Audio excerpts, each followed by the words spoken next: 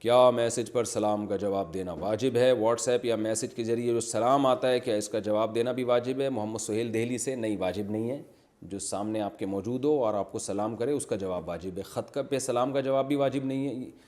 واجب کا مطلب یہ کہ خط کا جواب دینا ہی لازم نہیں ہے. اسی طرح واٹس ایپ وغیرہ پہ جو سلام کرتے ہیں لوگ، کیونکہ اس طرح تو پھر سارا دن وعلیکم السلام ہی کرتا رہے گا آدمی بیٹھ کے، تو وہ واجب نہیں ہے.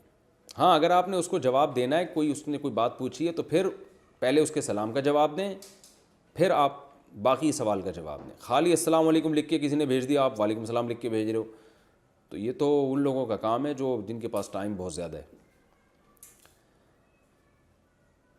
کھانے کے دوران گفتگو منع ہے؟ کھانے کے درمیان گفتگو کا کیا حکم ہے؟ ابو حذیفہ نواب شاہ سے. کھانے کے دوران گفتگو بالکل جائز ہے، لیکن ایسی گفتگو جس سے کھانے میں ٹینشن نہ ہو. آپ نے کوئی پیچیدہ مسائل لے کے بیٹھ گئے، گھریلو جھگڑے وراثت کے مسائل لے کے بیٹھ گئے کھانے کے دوران، تو پھر کھانے میں دل نہیں لگتا، آدمی کا کھوپڑی ادھر کو جاتی ہے، اس سے بدہضمی ہوتی ہے، اللہ کی نعمت کی ناقدری ہوتی ہے. کھانا اللہ کی بہت بڑی نعمت ہے، تو اس لیے کھانے کے دوران بالکل خاموش رہنا یہ بھی غلط طریقہ ہے. باتیں ایسی پیچیدہ مسائل کی لے کے بیٹھ جانا یہ بھی غلط ہے. ہلکی پھلکی باتیں جو گپ شپ والی، اور بھائی کیا حال ہے، کیسے پکے کوفتے، کیسے لگ رہے ہیں، تھوڑا نمک تیز ہو گیا، چلو آئندہ کم کر دیں گے، اور سناؤ کیا ہو رہا ہے.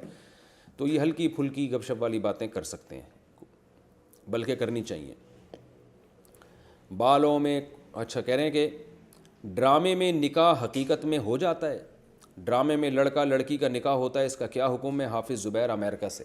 اس میں علماء کی دو رائے ہیں. بعض علماء کہتے ہیں ڈرامے میں نکاح ہو جائے گا، ڈرامے میں طلاق دی تو طلاق بھی ہو جائے گی، اور ان کی دلیل بھی بڑی مضبوط ہے. حدیث میں آتا ہے ثلاث جدہن جد وہزلہن جد، تین چیزوں میں حقیقت بھی حقیقت، مذاق بھی حقیقت. اس میں سیریس ہونا ضروری نہیں ہے، اس میں ایک نکاح ہے اور ایک طلاق ہے، اور غلام کو آزاد کرنا بھی اسی میں ہے. تو نکاح بھی مذاق میں بھی ہو جاتا ہے اور حقیقت میں بھی ہو جاتا ہے. لیکن دوسری طرف بعض علماء کا موقف یہ ہے، اور میرا رجحان بھی اسی طرف ہے، کہ ڈرامے میں اصل میں مذاق میں نکاح نہیں ہو رہا، بلکہ ایک کہانی ہے جس کو ریپیٹ کیا جا رہا ہے. اس کو حکایت کہتے ہیں.